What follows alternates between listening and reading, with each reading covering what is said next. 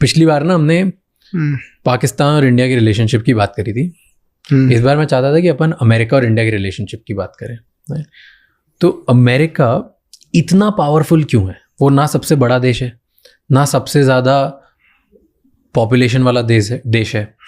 पहले एक टाइम पर जब वो पावर में आया, उस टाइम पे सबसे ज़्यादा दुनिया में इन्फ्लुएंस और जो लोगों पे दबदबा था वो भी उसका नहीं था।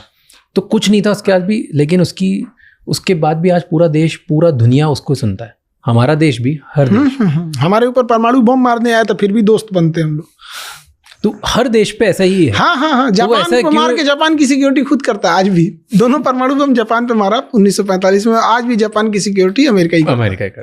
तो ऐसा क्यों है? वो क्यों पावरफुल कैसे बन गया इतना?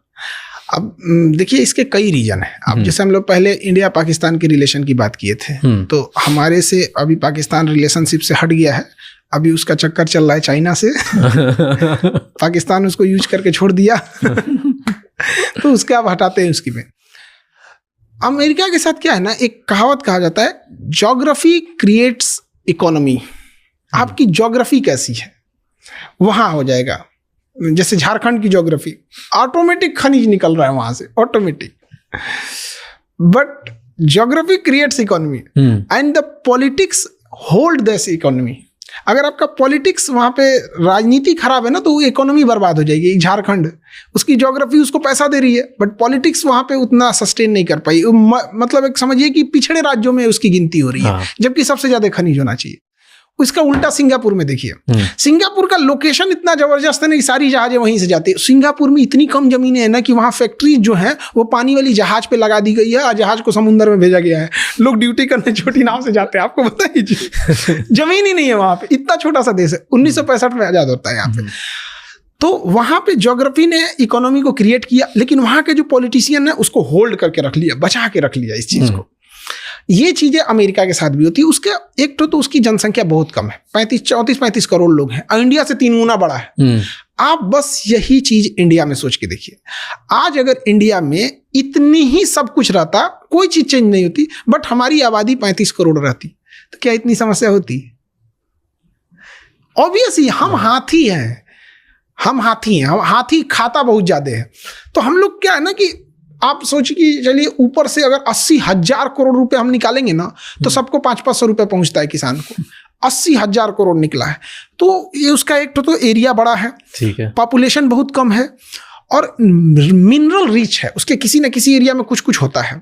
और वो दूर इतना है ना, इतना दूर है कि उसका दुश्मन बनना बहुत इम्पॉसिबल है। आप वहां तक कैसे पहुंचिएगा? एकदम हाई ग्रेड का मिसाइल होना चाहिए।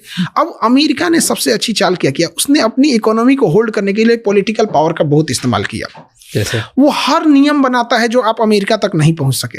जैसे 300 किलोमीटर से ज्यादा मारक क्षमता की आप मिसाइल नहीं बना सकते हैं, परमाणु बम नहीं रख सकते हैं, बड़ी नेवी रखने नहीं देगा, यूरेनियम, उसे पता है कि सबसे खतरनाक चीज यूरेनियम है, तो NSG बना दिया, न्यूक्लियर सप्लायर ग्रुप। इंडिया भी उससे बाहर है, आप यूरेनियम नहीं रख सकते। तो हर पॉलिसी उसकी, जैसे हमें लगता है WTO हमारे लिए काम करता है, नहीं काम करता है।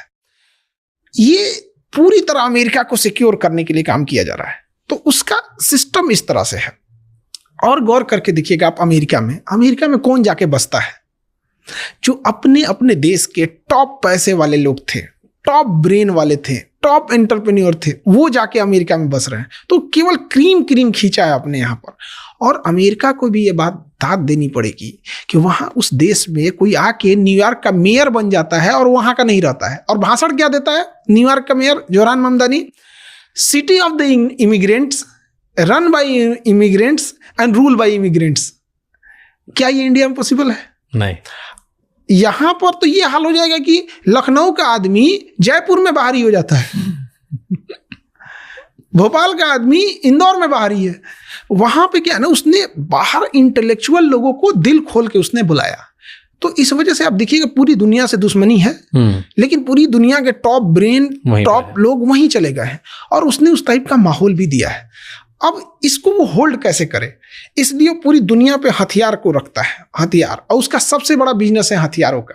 वो कभी युद्ध नहीं रोक सकता है। वो एक युद्ध होता है तो अमेरिका को 10 फायदे होते हैं। मारेगा उसका हथियार बिकेगा, 10 लोग डरेंगे उसी से हथियार खरीदेंगे।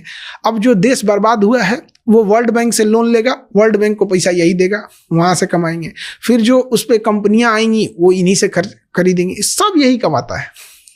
तो उसकी इस तरह से उसने बना के रखा। अच्छा, अगर यूरोप या एशिया जैसे देशों में रहता जिसके पास में बॉर्डर रहते तो उसको भी बहुत डिस्प्यूट होता। वो अपने आसपास में किसी दुश्मन को पनपने नहीं देता है। मैक्सिको हो गया, कनाडा के राष्ट्रपति को कहता है कि तुम तो मेरे गवर्नर हो, तुम्हारा वो मेरा ही स्टेट है वो कनाडा। वेनेजुएला के राष्ट्रपति को उठा ले गया। और ये सब होते बड़े बेशरम है। जिसको नंगे घूमने में शर्म नहीं लगता उसे वादा तोड़ने में क्या शर्म लगेगा।